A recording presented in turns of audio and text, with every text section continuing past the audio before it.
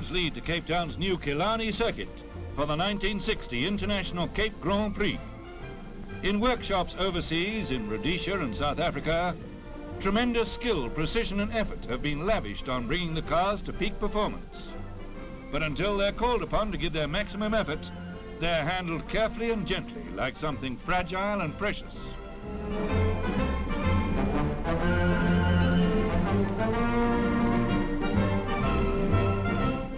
Today's race has a top-class international flavour, for some of the world's greatest drivers are taking part, notably Stirling Moss of Great Britain, Baron von Trips of Germany, the bearded Joachim Bonnier of Sweden, while Holland is represented by Count Godin de Beaufort, a formidable challenge to the South African and Rhodesian drivers. Then there are the pit crews, the Porsche team under the production manager, Baron von Hanstein. Behind-the-scenes services are supplied by the Royal Automobile Club, while St. John Ambulance stands by in case of emergency. There's also a completely equipped mobile workshop.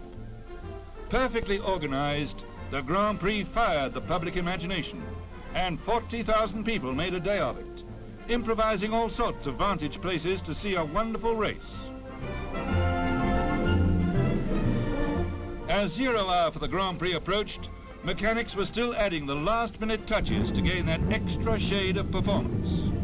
Under the grueling strain of a 150-mile motor race, nothing can be left to chance.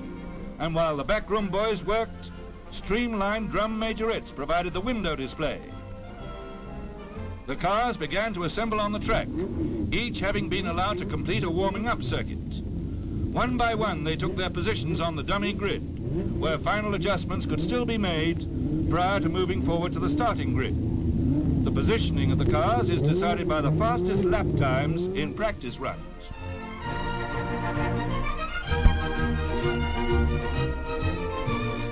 Mr. S. Chapini, clerk of the course, gives the drivers a final briefing on the rules and procedures governing the race. Rigid overtaking rules are essential, especially with different classes of cars in the same event.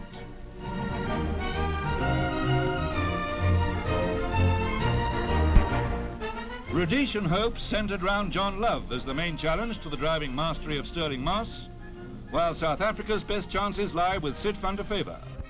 The 22 cars move to the starting grid. Based on practice lap times, the front cars are left to right, Von Trips in a Lotus F2, number 11, Joe Bonnier driving a Porsche, and number 7, Stirling Moss in another Porsche.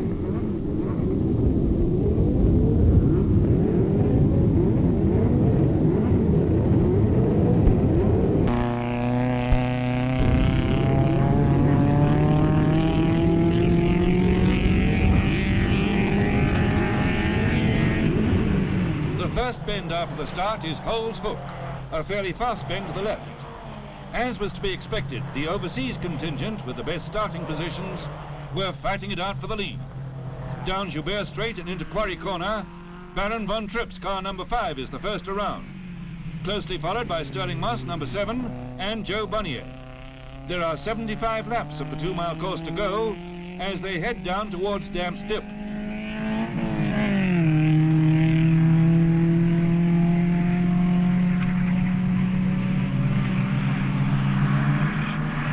Madame Bonnier checks her husband's performance as he battles with Stirling Moss for the lead.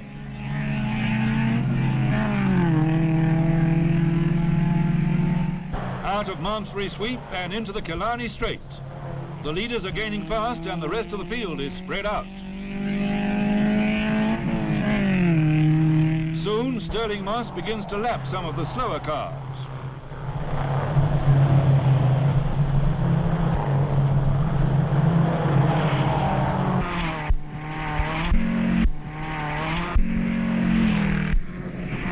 Stopwatch in hand, Madame Bonnier sees her husband challenged by Von Trips. Of the local drivers, number 16, Sid van der Favre, is providing stiff opposition, while Darby Coase, Bill Jennings and Bruce Johnson are lapping well. Taking the Malmesbury Sweep at speed, Von Trips swings out wide, hitting the soft shoulder and sending a flurry of sand onto the track. But the race goes on, the faster cars lapping at nearly 80 miles an hour and reaching top speeds of 125 miles an hour on the straights.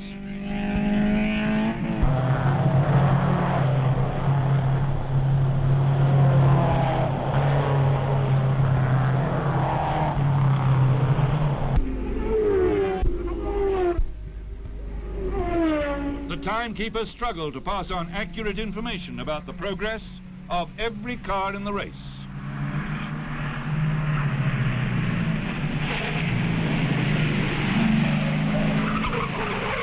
Moss heads Bonnier round an arms-free sweep, and that dust, first kicked up by von Trips, is proving a tricky hazard. The two Porsches are way out in the lead, going superbly, and any signals from the pits to other drivers to cram on the speed are not likely to have much effect. In fact, the main interest in the race was now focused on the Stirling Moss-Joe Bonnier duel. Could the numbers 7 and 11 have any significance as two superb drivers dice with death?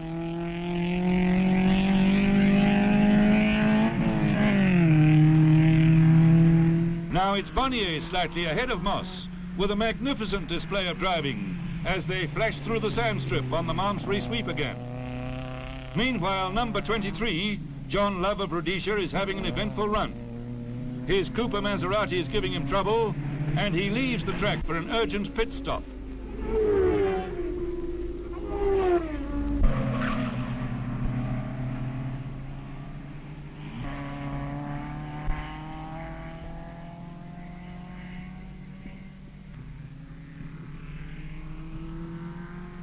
After some good work in the pits, John Love re-enters the race, though with some apprehension as to his car's performance. But there's a prize even for finishing. Returning to the great duel at the head of the field, Bonnier still has a slight lead on Moss. They were setting a cracking pace, with the lead changing hands frequently. And a real thrill came with Moss in the lead and von Trips trying to break through in the center. The new Killarney circuit is remarkably good, both from the racing and the spectators' points of view. Thousands saw John Love in serious trouble.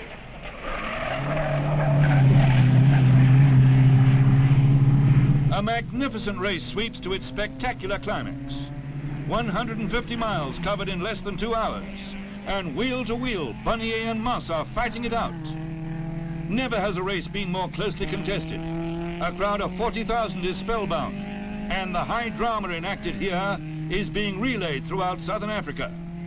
And it's Stirling Moss a few feet ahead of Bonnier with von Trips third.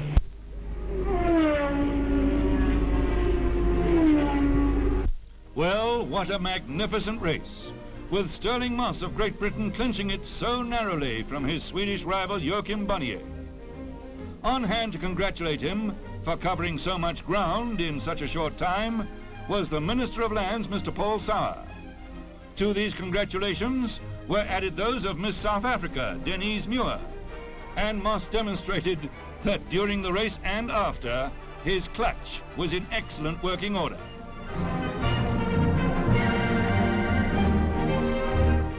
In his moment of triumph, Moss made a fine sporting gesture, seeking out and congratulating Joe Bonnier, who had given him such a wonderful race. Bonnier could well be proud, for in the race of a lifetime, he had bowed only to the finest driver in the world today.